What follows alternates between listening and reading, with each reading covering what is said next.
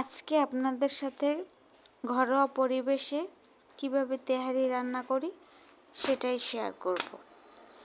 আধা কেজি গোশ পরিষ্কার করে ধুয়ে নিলাম। আদা রসুন বাটা সাথে পেঁয়াজ বাটা দিয়ে দিব। পেঁয়াজ কুচিও দিলাম একটা। টক দইয়ের পরিমাণটা একটু বাড়িয়ে দিলাম।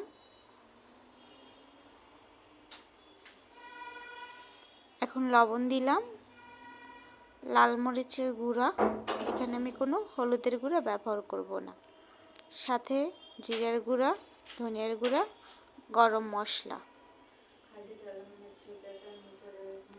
তেহারির মশলাটাও আমি দিয়ে দিলাম, এলাচ, দারচিনি, লং, তেজপাতা। এখন সরিষার তেল দিব।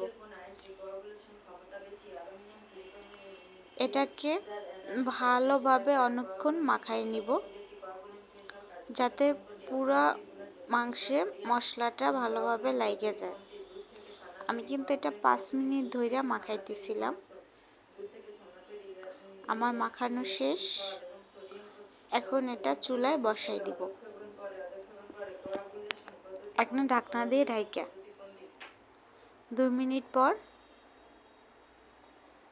কালারটা কি সুন্দর আসছে। এখন একটু নাড়াচাড়া কইরা আমি পানি দিয়ে দিব।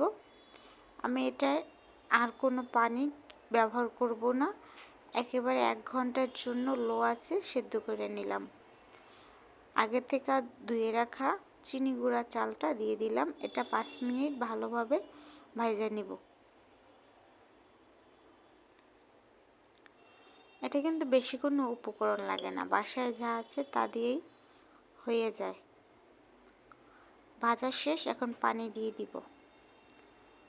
পানির পরিমাপটা আমি আন্দাজে দিয়ে দিছি, কারণ সবসময় রান্না করি। এটা এখন ঢাইকে দিব আধা ঘন্টার জন্য।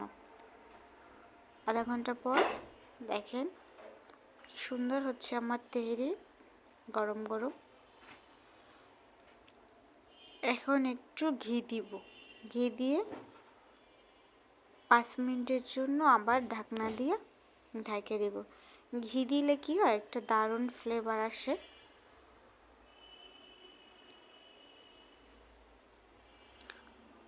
পাঁচ মিনিট পর এখন আমি এটা সার্ভ করব। কি সুন্দর ধোয়া ধোয়া তেহারি। আমি শসা, টমেটো, গাজর, লেবু নিছি। এখন আমি এটা খাবো। বিসমিল্লাহ।